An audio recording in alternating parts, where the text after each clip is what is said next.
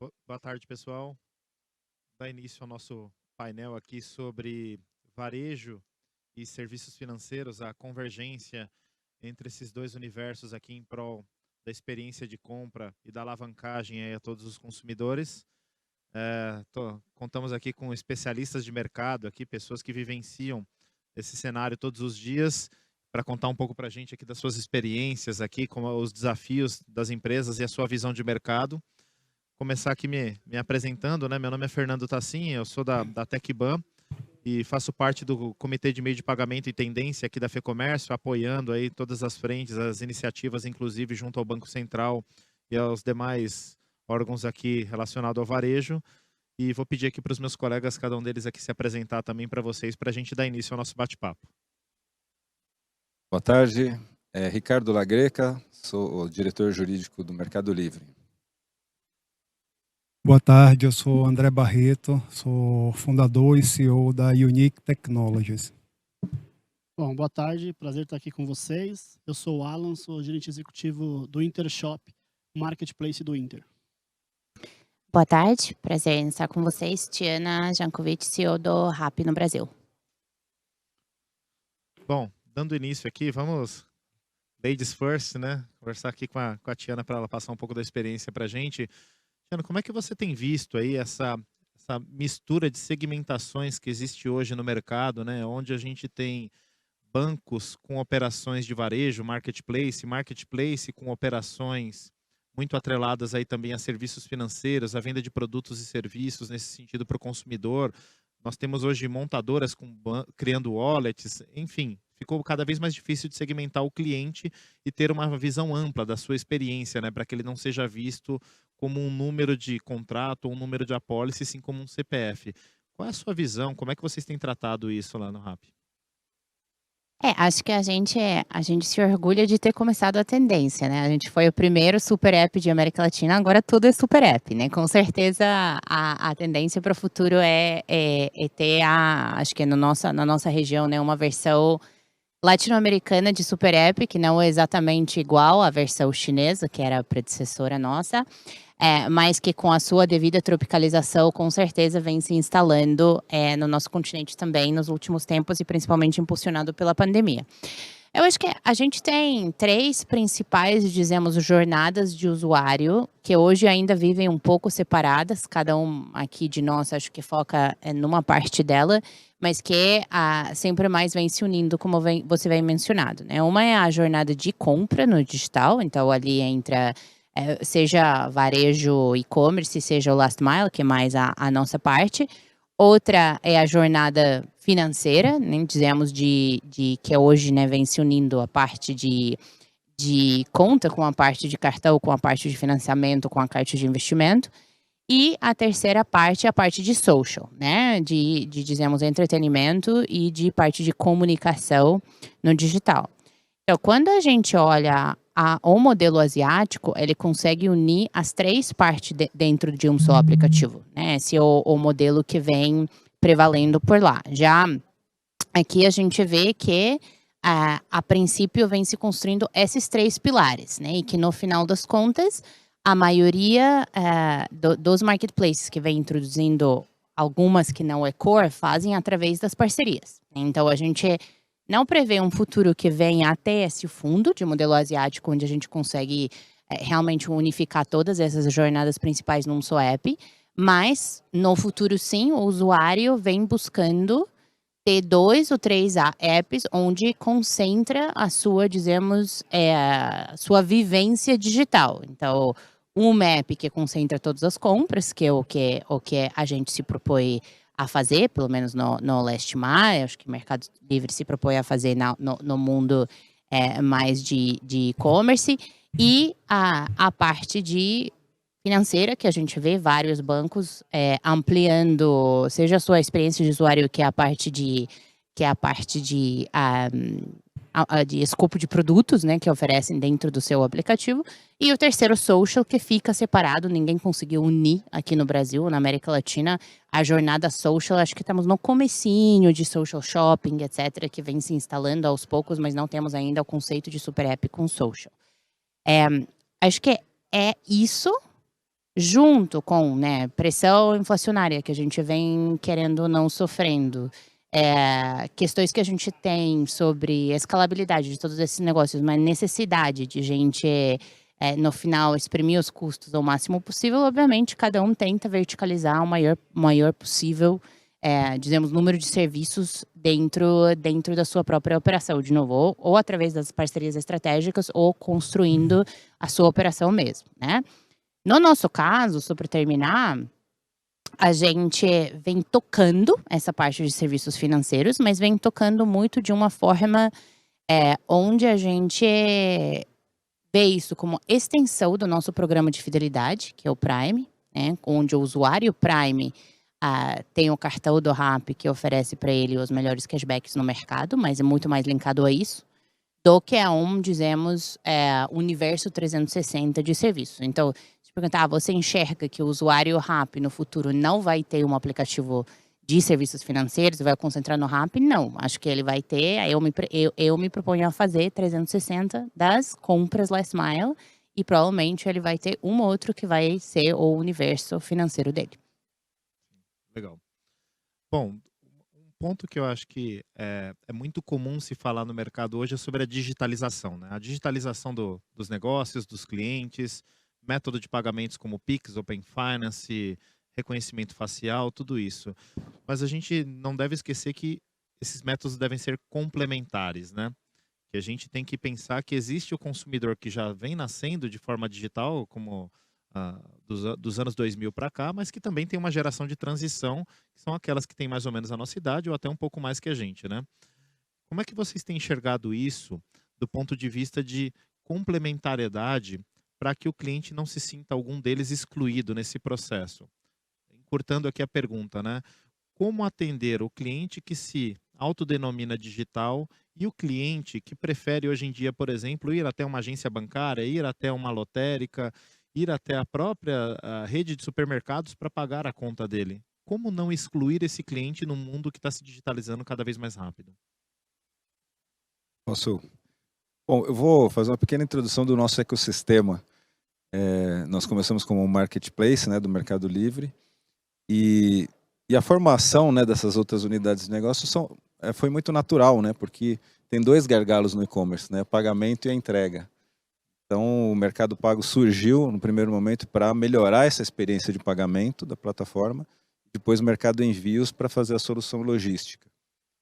E hoje você vê que você tem esse ecossistema que quanto mais compradores você tem, você atrai vendedores, quanto mais vendedores você atrai compradores, e tudo isso vai se fortalecendo. Depois a gente acaba agregando publicidade, acaba agregando crédito e outras coisas.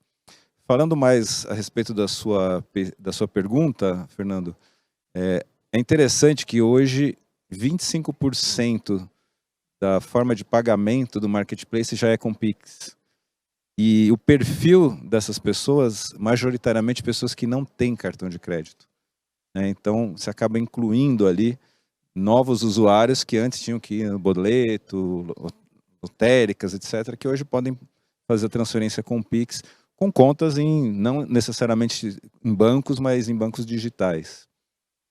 E a gente acabou vendo essa necessidade de ir para o mundo físico. Então a gente tem um cartão físico, temos as maquininhas também. Então a gente acaba tendo essa outra face, não só digital, justamente para atender essas pessoas. A pessoa tem a conta do Mercado Pago, mas ela quer sacar aquele dinheiro, porque ela precisa de dinheiro onde ela mora, ela vai precisar de dinheiro em papel moeda. Então é o próprio consumidor que acaba ditando isso, né? Não dá para a gente falar, agora no Brasil vai ser 100% tudo digital, vamos acabar com o físico.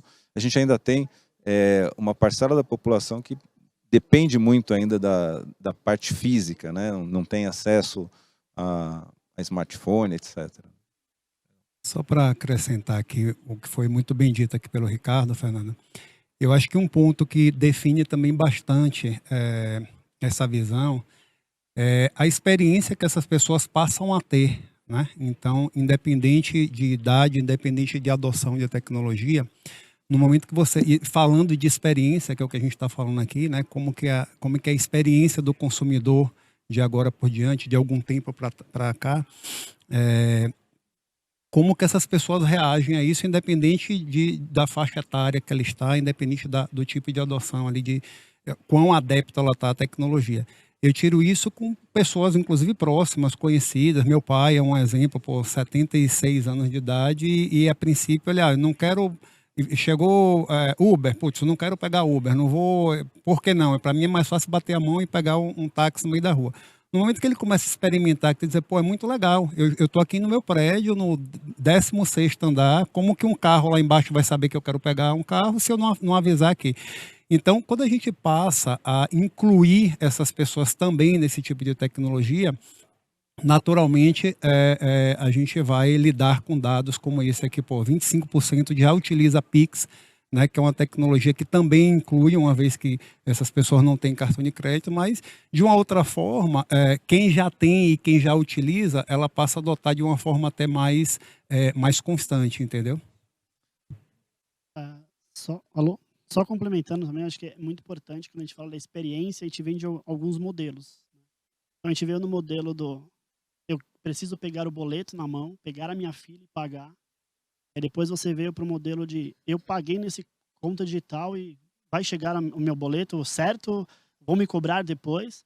Agora a gente está falando do Pix, que é uma coisa que o dinheiro é tão digital que ele já chegou na conta do seu credor e esse usuário ainda fica com aquele receio de será que ele recebeu mesmo, é verdade ou não? E aí nasce todos os compartilhamentos, né? Compartilhar o que eu paguei realmente, vou compartilhar a fatura, começam a compartilhar até mais informações.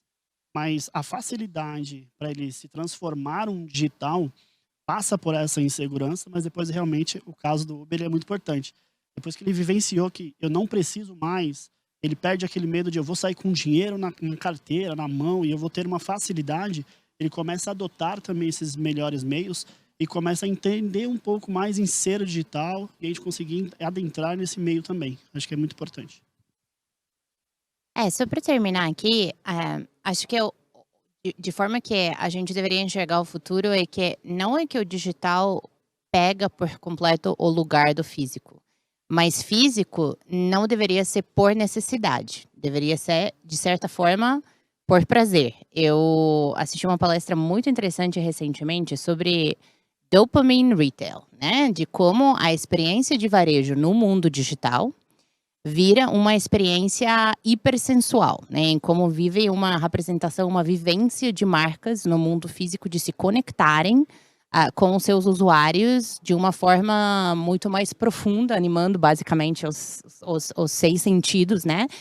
Em vez de ser um relacionamento transacional, né? Então, mesmo quando você olha a gente com uma marca, obviamente, nativa, 100% digital, a gente está agora para a Copa, né, com patrocínio nosso de CBF, montando uma happy house, né, um ponto de conexão 100% emocional com os nossos usuários. A ideia do físico, acho que no futuro sempre menos vai ser a transação, sempre mais vai ser a experiência. Um ponto que eu acho que a gente gostaria de ouvir a opinião de vocês também é que, assim, todas as vezes a gente vai abrir ali algum jornal, uma matéria, ler um veículo específico, em algum momento está citando a LGPD, né? Sobre transformação digital. LGPD, mas um dos produtos, né? Ou 2 dos produtos que mais tem usado a LGPD na essência tem sido o Open Finance e Open Insurance no discurso, que é, eu preciso que o cliente me dê o consentimento, que ele precisa me autorizar a eu fazer algo. Num cenário cada vez mais digital, onde eu até li uma matéria que assim, a frase era engraçada, porém verdadeira, né? Se nós estamos vivendo ou realmente aceitando a política de pop-ups dos sites, né? Então, assim, para cada site que você abre tem uma política de pop-up, cadastre seu e-mail aqui. Como conciliar um processo de LGPD com tantos fluxos diferentes de meios de pagamento, de processos de varejo, atrelando isso à experiência do cliente para que ele não seja bombardeado por e-mails de spam, para que ele não tenha seus dados vazados e que ele se sinta no final do dia, literalmente, com um benefício atrelado. Ou seja, eu estou dando a minha informação para receber algo em troca. Isso é um grande desafio no cenário brasileiro hoje, principalmente quando a gente olha LGPD, que o consentimento serve para um lado, mas não serve para outro produto. O cliente tem que ficar o tempo inteiro autorizando. Como é que vocês estão enxergando esse desafio? O que vocês acham que, assim, do ponto de vista até governamental, pode ser feito, pode ser flexibilizado nessas leis? Não, sem dúvida, a LGPD veio como divisor de águas aí, principalmente, eu diria assim, corroborando tudo que vinha sendo falado sobre proteção de dados, até então muito na teoria, mas muito para fortalecer justamente o lado do consumidor, da pessoa física, do CPF ali, em estar seguro diante daquilo que ele está se propondo a fazer ali. É muito comum as pessoas imaginarem a LGPD se aplica a esse ponto aqui, uma empresa altamente tecnológica, digital, etc., mas as pessoas não param para perceber que eu entrar, o simples fato de eu acessar um prédio comercial para ir atender a uma reunião, tá se pegando dados ali, tirando uma foto minha, e naquele momento ninguém questiona, né?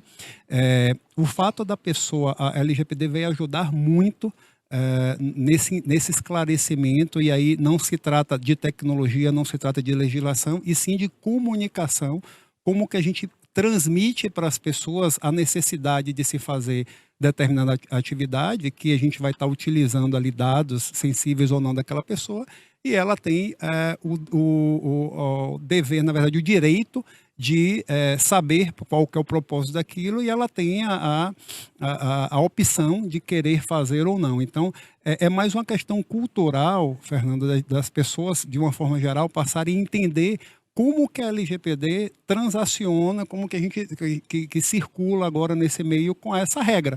Na verdade, a LGPD é uma regra onde se diz ali o que é quais são os deveres e obrigações de cada lado, entendeu? Do nosso lado, assim, a LGPD é super importante. Nós implantamos o padrão brasileiro nos 18 países que nós atuamos na América Latina. E é interessante que nós temos um relatório semestral que aborda a parte de proteção de dados, e as consultas nos diversos países sobre proteção de dados, o Brasil concentra mais de 90%. Né? E já a Argentina, México já tem leis mais antigas de proteção de dados.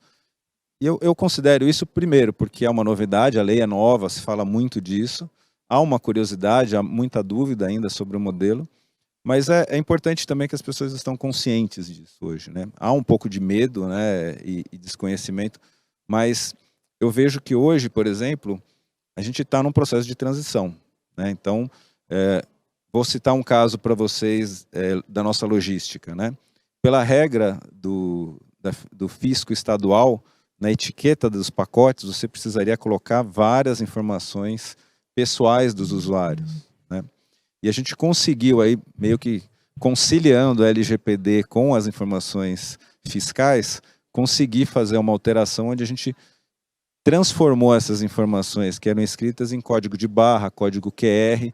Então, você acaba protegendo o dado, né, daquele pacote físico que antes deveria ter CPF, um monte de informações, você acaba tendo ali simplesmente endereço, o nome da pessoa que vai receber, e as outras informações ficam ocultas.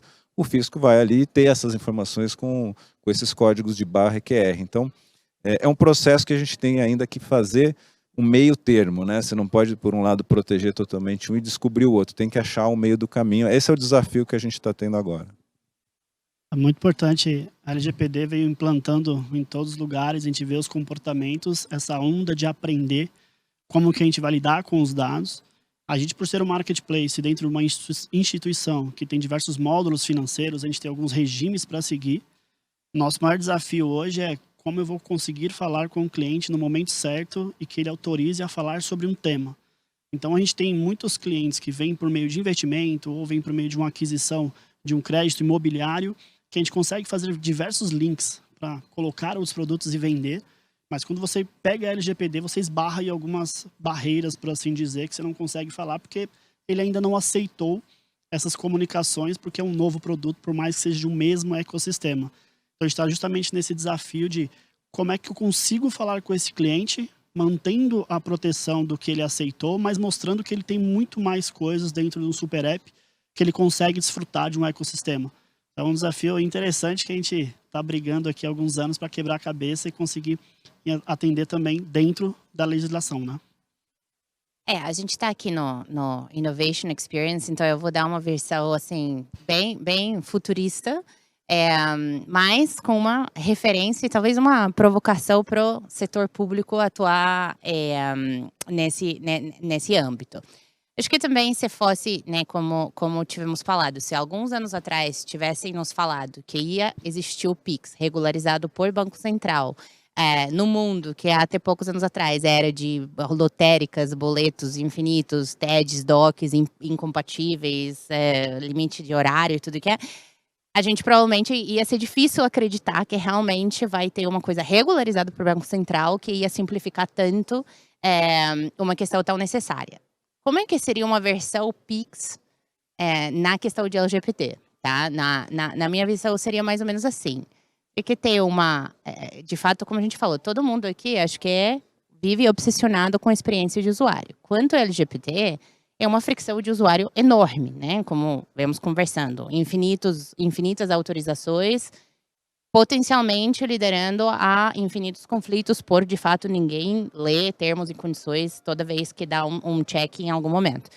Se a gente tivesse algo mais padronizado, conforme a lei brasileira, onde a gente tem quase que um farol, dizemos, de nível de permissão que a gente habilita para vários serviços, isso seja mais universalizado e regularizado de um órgão público, a gente tem lá um verde, amarelo, vermelho sobre tudo que a gente precisa autorizar, e existir uma educação geral da população sobre um fator tão importante quanto isso para o futuro, acho que simplificaria muito a convivência com LGBT de todas as empresas, proporcionando também no final, experiência mais rica para o consumidor, que no final o que todo mundo quer.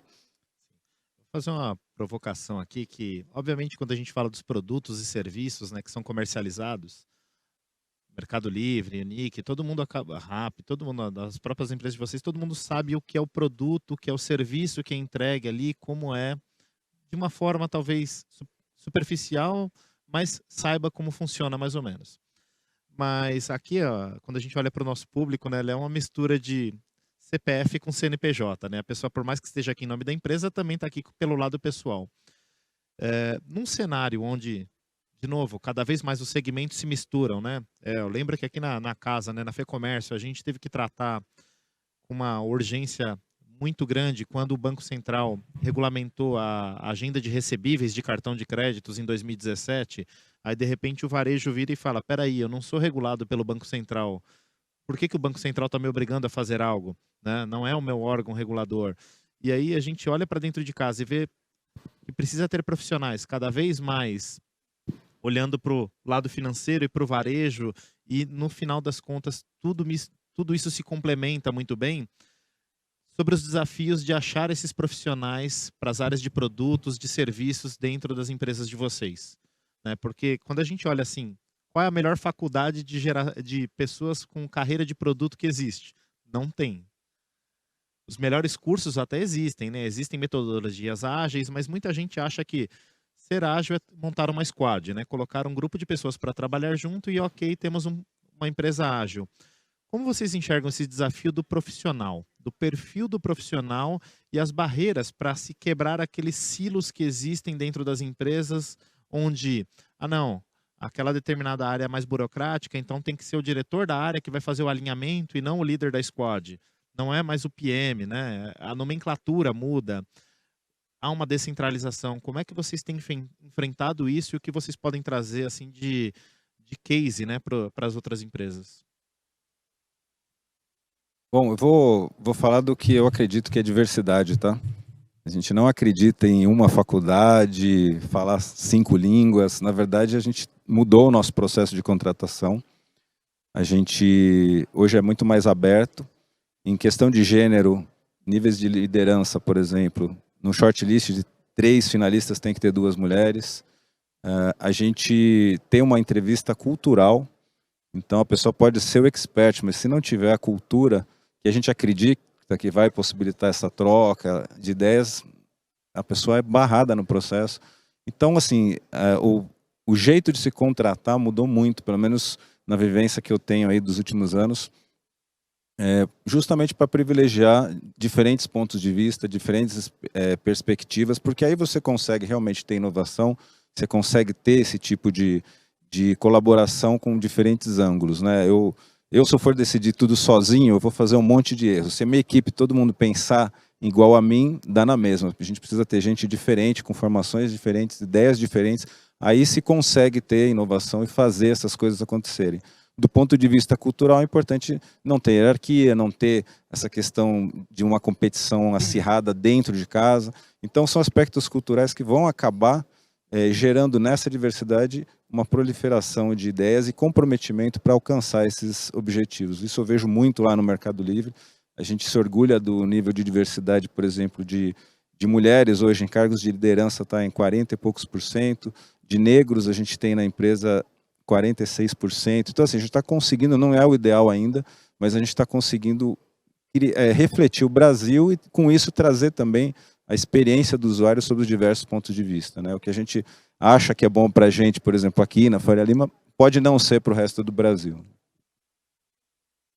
No nosso caso, Fernanda, assim, acho que um ponto muito importante que une essas pessoas e que trouxe essas pessoas para nós, eu costumo dizer, não fomos nós que fomos buscar as pessoas que vieram até nós. É o propósito, né? A minha formação é em tecnologia. Eu vim de uma época de mercado, eu fui programador no início de carreira e vim de uma época de mercado onde programador era sub-raça, né? Tudo de ruim que acontecia na empresa, a culpa era do programador, é a TI, não presta, o sistema está bugado e tal. E hoje é justamente o contrário, né? A gente tem um programador aí como o topo da pirâmide, né? Um profissional cada vez mais escasso, cada vez mais procurado. E eu acompanhei ao longo desses 25 anos aí de carreira, né? Uma série de mudanças, e o que a gente começou a perceber muito é o que começou a juntar essas pessoas e pessoas boas com propósitos diferentes, né? Não vamos nem falar aqui de diversidade, raça, etnia e gênero, etc., mas com um propósito ali de fazer não mais. Eu fui de uma época que o nome da empresa fazia diferença. Eu quero trabalhar na empresa XYZ, aquilo meio que era o sobrenome daquele CPF, né? Eu sou fulano de tal empresa. E muito menos qual que é o propósito da empresa, muito mais o que a empresa entrega tecnologia, né? Então, hoje, no nosso caso aqui, nós somos uma empresa de tecnologia, mas nós vendemos experiência, não tem nada a ver com tecnologia. Então, o propósito que trouxe essas pessoas, né, independente da dificuldade que é hoje em certas áreas, como foi colocado aí, novas nomenclaturas, novos cargos que surgiram, essas pessoas vão aparecendo e naturalmente vão se juntando ali por um propósito específico e é bem o que a gente tem vivido aí nesses últimos tempos aqui na Unique. É bacana quando a gente fala de produto, que é bem difícil a gente falar que alguém sabe tudo sobre o produto, né? A gente tem alguns mandamentos que a gente brinca com o time que fazer parte do nosso time tem que ser gente boa e boa gente. Por que boa gente, né? É proibido a taxa do eu sei. O projeto só vai sair se alguém dar amém, se alguém falar que pode, ou pergunta para mim porque eu sei, eu sou a verdade. Então a gente, muito do provocativo se você sabe, eu não vou falar com você, eu vou falar com pessoas que não sabem. A gente parte sempre que quem não sabe tem um olhar muito mais diferente e abrangente do que quem sabe. Quem sabe geralmente é muito enviesado.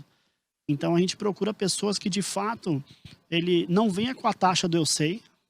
Isso aqui eu já fiz 10 vezes. Estava comentando agora com alguns amigos. A beleza do e-commerce é que tudo se parece, mas nada é igual.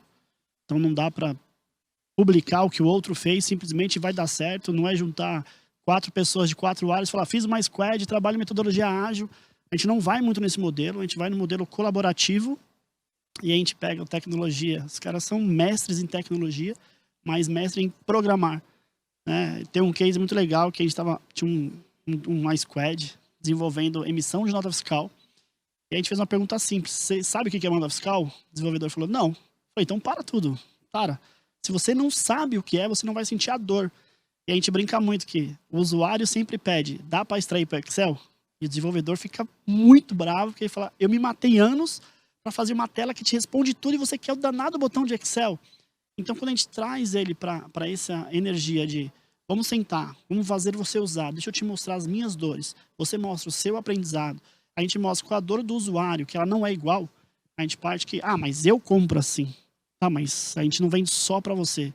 Vamos ver quanto outros compram. Então a gente começa a fazer algumas provocações, a gente busca pessoas que querem aprender a todo momento. Porque o produto nada mais é que isso.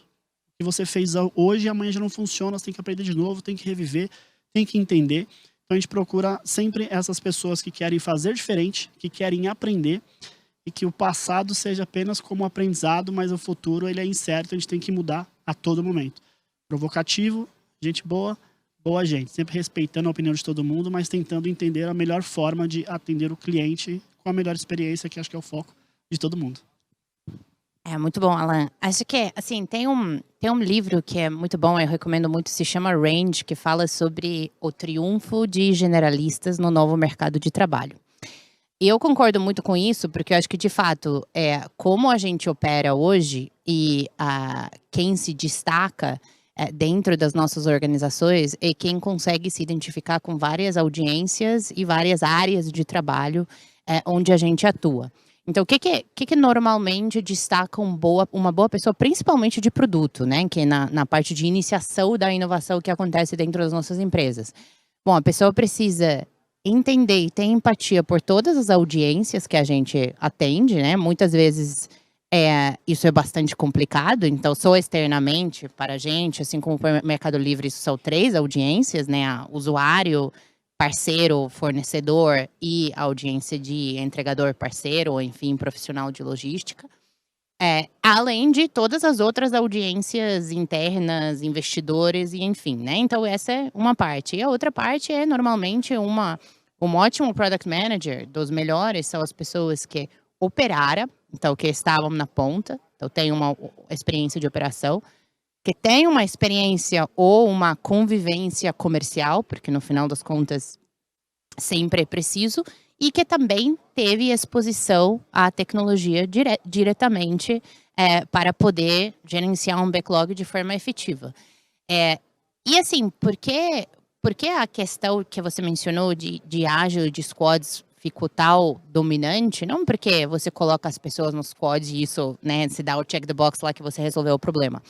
É que eu acho que a gente sempre está passando sempre mais para uma organização dentro da empresa de donos de problemas e não donos de áreas. E acho que isso que faz a diferença, né? Porque a divisão organizacional tradicional por área não é mais compatível com a experiência 360, que é o que todos nos comprometemos a entregar para o usuário. Então, normalmente, o squad, onde mais faz a diferença, a gente faz muito isso, é quando você separa umas pessoas para focarem em 360 de um problema e se identificarem com a audiência que enfrenta esse problema neste momento, né? Então, acho que essa passagem obrigatória por várias áreas, por vários tipos de experiência profissional, independentemente, acho que de fato, faculdade, curso vai ser assim, sempre menos importante, e as vivências vão ser sempre mais importantes, é o que vai definir, eu acho que é os profissionais ganhadores do futuro.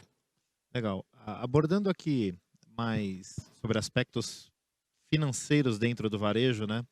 Nós temos um processo muito grande sendo tocado agora nos Estados Unidos, que é o FedNow, né? Que é um processo que vem sendo puxado pelo Federal Reserve, que é o que eles chamam de o PIX americano, né? Mas ele vai além do PIX.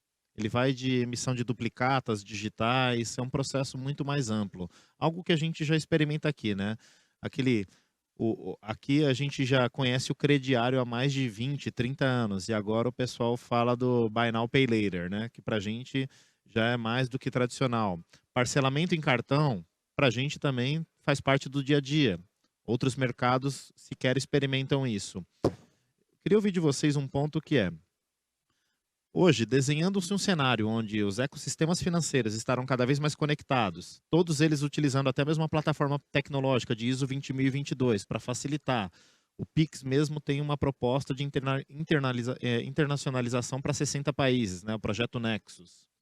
Temos UPI na Índia. A Índia, 1,5 bilhão de pessoas usando lá sistemas financeiros, e desses 1,5 bilhão, 1 bilhão usa o UPI, né? Temos o próprio FedNow. Como é que vocês veem esse processo para facilitar, por exemplo, a expansão do varejo nacional para o internacional, levando em conta os desafios ainda que a gente tem no mercado nacional? A gente estava conversando aqui antes do painel, 23% da população brasileira recebe o salário em dinheiro físico. como lidar com esses desafios, né? Como é que vocês veem esse cenário de oportunidades tanto para o mercado europeu, leste europeu e asiático, como também para a América Latina, onde o Mercado Livre, por exemplo, ele nasce lá e depois embarca aqui no Brasil? Bom, vou pegar o gancho então, Fernando. Bom, eu vejo uma super oportunidade, né? A gente hoje foca, né, nos mercados locais. O Mercado Livre, por exemplo, né? Mais de 500 mil famílias vivem de vender no Mercado Livre hoje. Só na pandemia, nós incluímos mais de 150 mil novos vendedores que foram formalizados, profissionalizados e hoje vivem das vendas na plataforma. Mais do que isso, a gente consegue dar créditos para esses vendedores e consumidores na plataforma. Hoje nossa carteira de crédito tem mais de 6 bi de reais e para 40% foi a primeira vez que conseguiram crédito na vida, não são atendidos por instituições financeiras. Então, é um jeito de você incluir essas pessoas. O auxílio emergencial também, quando começou a ser pago, teve uma inclusão de 40 e poucos milhões, né, de brasileiros que passaram a ter acesso a essas plataformas. No Mercado Livre foram cerca de 8 milhões de usuários que receberam o Auxílio Brasil pelo Mercado Pago. E é um pouco da nossa missão também, não só essa parte que seria mais básica, mas também democratizar o que há de mais sofisticado. Hoje a gente pode, na plataforma, qualquer pessoa pode investir em criptomoedas a partir de R$1, né? Tem mais de 2 milhões de pessoas investindo já. A gente tem CDB, a gente tem a nossa moeda cripto, né? Que hoje está dentro do nosso programa de fidelidade. Então a ideia é que a pessoa não precisa ter aquela super análise de crédito como é num banco tradicional. Hoje, com 2 cliques, a pessoa conseguir um crédito de uma forma muito mais simples. Por quê? Porque nós temos as informações do ecossistema. Isso facilita muito você conhecer perfil de usuário. Então, quanto mais a gente entra nesse mercado, mais a gente vê o potencial para conseguir expandir. Quando a gente fala de mercado internacional, por exemplo, vendedores brasileiros exportando, a gente tem uma série de barreiras aí, aduanas, tarifárias e todo esse tipo de burocracia que acaba dificultando, né? Então a gente precisaria ter aí uma simplificação disso para conseguir viabilizar. Eu falo mais, por exemplo, a tributação hoje, o Simples Nacional é uma ferramenta de desenvolvimento e inclusão e recolhimento de tributos por esses pequenos e microempresários. É uma sistemática muito simples. Até uma das discussões hoje que está em Congresso é aumentar esse teto do Simples, e a gente é super favorável, porque você consegue deixar esses empreendedores aumentando, né, crescendo cada vez mais, e vamos deixar a complexidade para as grandes empresas, né? Vamos deixar os pequenos aí recolhendo de uma forma simples, pagando seu imposto todo mês. Acho que o país tem muito a ganhar com isso. O excesso de burocracia afasta, e aí que as pessoas querem sair desse mundo e ir para o dinheiro físico, né? Porque elas falam, vou pagar muito tributo, mas a nossa plataforma consegue provar que isso não é o que acontece. Em média, quem se formaliza no Mercado Livre, o vendedor acaba vendendo depois de um ano 140% a mais do que quando ele era informal. Então tem um jeito da gente viabilizar a formalização, profissionalização, sem medo no país. Acrescentando um pouco aqui do que o Ricardo trouxe para a gente, muito bem falado, é muito mais do que o que, mas o como, né? E aí, puxando um pouco a brasa aqui para nossa sardinha, como que é a experiência, mais uma vez, dessas pessoas nessa transação. Então, é notório que o Brasil é referência aí na questão financeira há muito pouco tempo atrás, com fornecedores e parceiros nos Estados Unidos. É muito comum a pessoa, um prestador de serviço, recebe o pagamento na caixa do correio dele, na porta de casa, num cheque dentro do envelope. Isso estamos falando de 3, 4 anos atrás aqui, não é? Então, quando há algum tempo atrás se falava em chip em cartão, você deve muito bem ter acompanhado isso daí, lá nos Estados Unidos, muito era questionado, mas por quê? Para quê? Não basta a pessoa assinar ali e dizer. Então, isso aqui eu nem entraria nesse âmbito aqui, que o Brasil é de fato uma referência nesse sentido, mas muito mais, eu acho que é uma grande oportunidade de mostrarmos o como, né, a experiência. Eu vou trazer um case muito legal aí voltado para varejo e serviço financeiro, de um serviço financeiro simples, né? Compra e consumo e pagamento, né? Num parque de entretenimento. E uma vez que a gente oferece uma experiência melhor ali, assim como é um Pix, né? O Pix ele facilita muito do lado da tecnologia, mas existe uma experiência ali de você ter que abrir o seu banco, colocar uma senha, comprovar, ou seja, você perde ali algum tempo, assim como você citou aí na China, paga-se muito hoje pelo aplicativo de conversa, né? Ele entra ali no chat e naquele momento sai o Pix dele ali para outra conta. Então, nesse exemplo que a gente tem aqui, ele tinha um modelo de consumo onde a pessoa tinha que ter um cartão de consumo ali, chegar, pedir, comprovar, autenticar, comprovar que ela é ela ali para poder consumir. E isso foi mudado através da tecnologia, né, utilizando alguns artifícios da tecnologia, como identificação facial e etc. Qual foi a primeira consequência disso aí? Primeiro mês de utilização, 23% de aumento de consumo. Essas pessoas não foram obrigadas a consumir mais, simplesmente ficou mais fácil, a experiência ficou melhor, as pessoas passaram a consumir mais. Em paralelo, isso foi dado para ali, vamos dizer assim, por trás das cortinas, né? Isso foi dado uma questão da redução de fraude também, uma vez que eu tenho ali a comprovação de que, de fato, isso protegeu o consumidor e a entidade que estava operando a venda ali. Então, é mais, no meu ponto de vista, mais o como isso é oferecido do que o que. Né? O que a gente já está mais do que escolado, já está muito mais claro aí de que, de fato, o Brasil é referência nisso aí.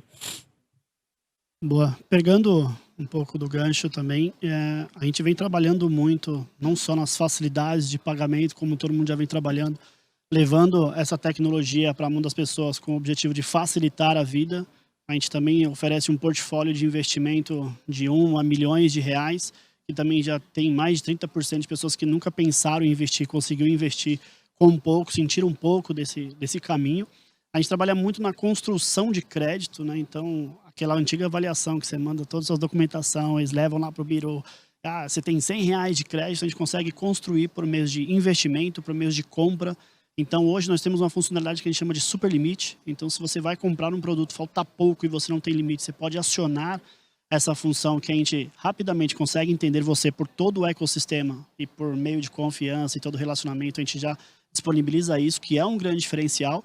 A gente tem a nossa Global Account, que também tem o objetivo de levar para o latino-americano toda a funcionalidade que nós temos no Brasil, também para o mercado exterior, que a funcionalidade de Pix, de investimento, de cashback, de mais limite e facilitando quem tem no Brasil, familiares nos Estados Unidos e assim, também essa transição ajuda muito. Então a gente está trabalhando muito para levar mais soluções para mais pessoas interligadas, tirando fricções que normalmente a gente tem no mercado tradicional.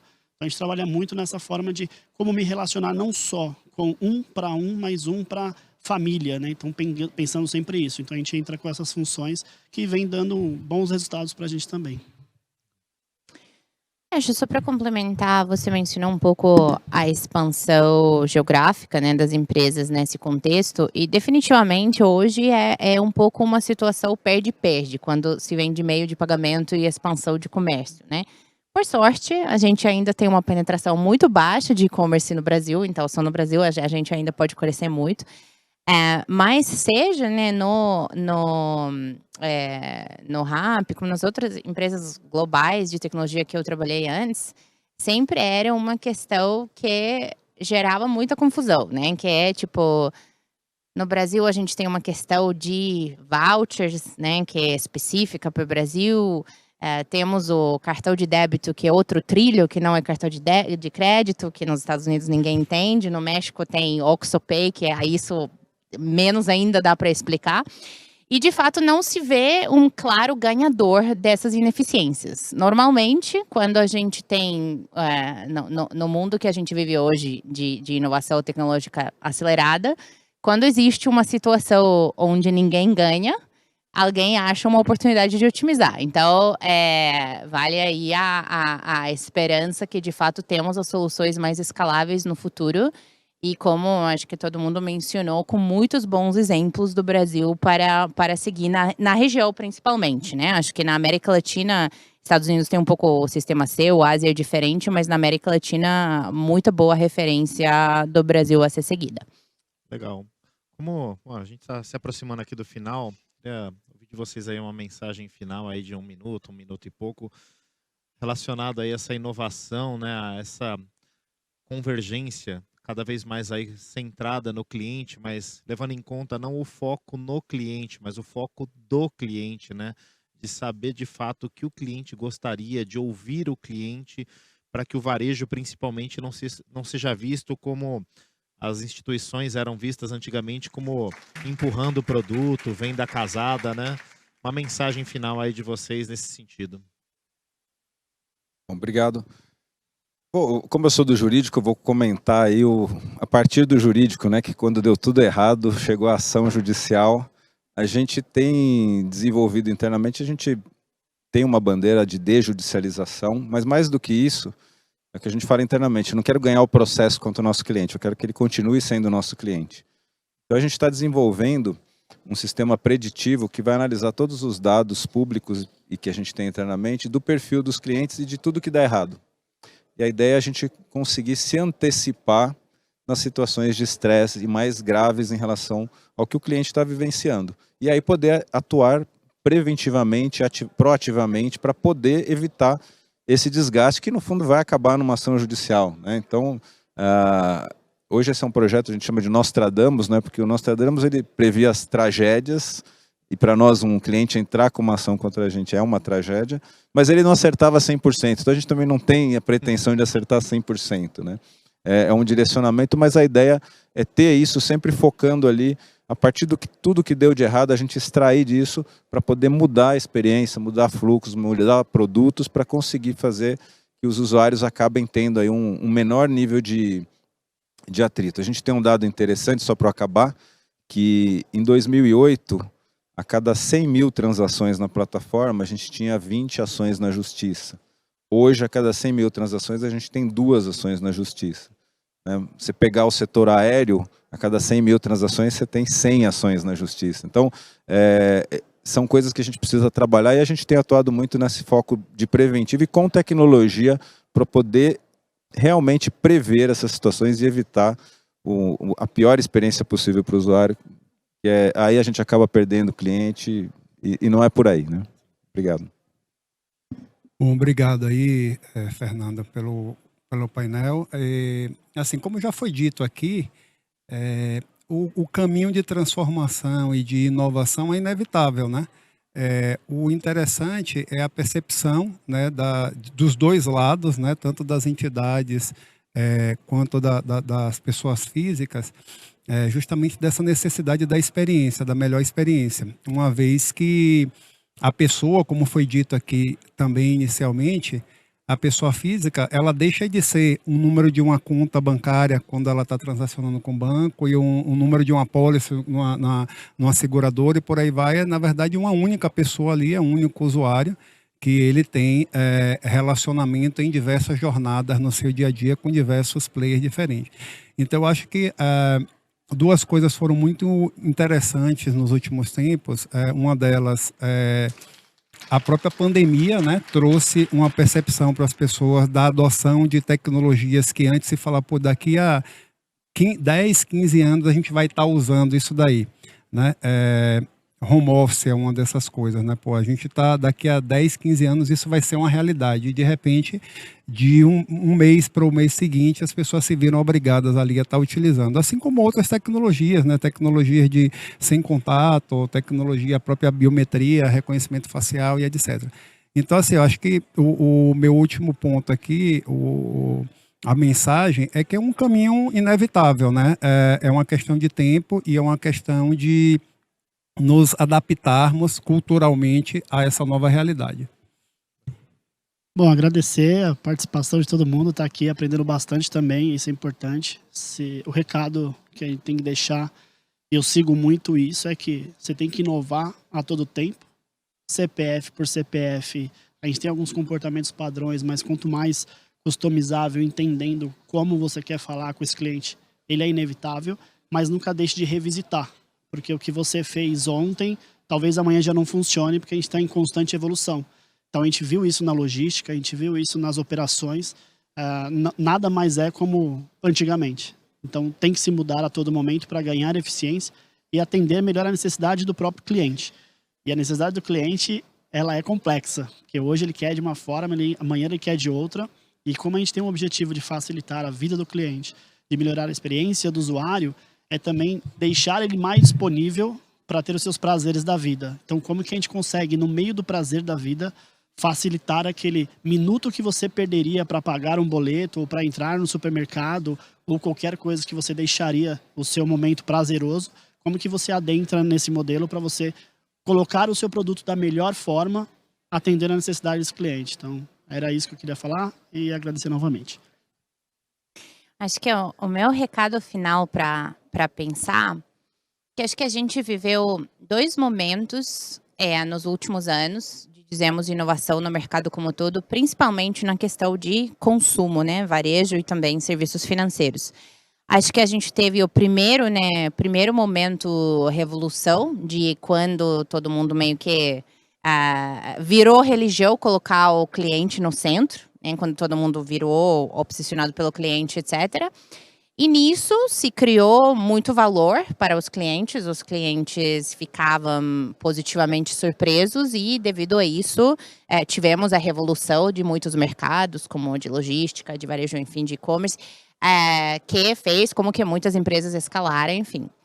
Agora eu acho que já passamos pós-pandemia num segundo momento. E esse segundo momento é o momento onde o cliente entendeu que ele tem que estar no centro. Então ele não está mais nos agradecendo por isso. Pelo contrário, ele subiu a barra de expectativa enormemente. Então ele saiu já um pouco na frente, né? Já algumas coisas que eram uau antes, não só que não são uau, como as pequenas falhas que cada um de nós faz na operação, hoje já não são mais aceitáveis. Então, acho que hoje não estamos, né? Obviamente, quando olhamos 5 anos atrás, em comparação com 5 anos atrás, estamos num momento completamente diferente. Mas hoje não acho que o cliente está 100% satisfeito. Acho que todos nós aqui estamos devendo para o cliente hoje em relação a qual que é a expectativa e quanto ela mudou graças a esse primeiro momento que vivemos. Mas isso é ótimo, porque assim que a gente continua inovando e assim que a gente continua melhorando tudo que a gente vem entregando. Então, acho que às vezes é um pouco frustrante, mas é o que nos leva para frente, como sempre. Legal. Pessoal, obrigado a todos. Obrigado ao pessoal também que nos assistiu aqui. E sucesso para todos aí nesse ano que vai ser pós-Copa, desafiador para todo mundo, né? Acho que a Copa também acaba delimitando aí o sucesso de muitos mercados e vamos torcer aí para que todos se saiam bem, tá bom? Obrigado a todos. Obrigado. Obrigada.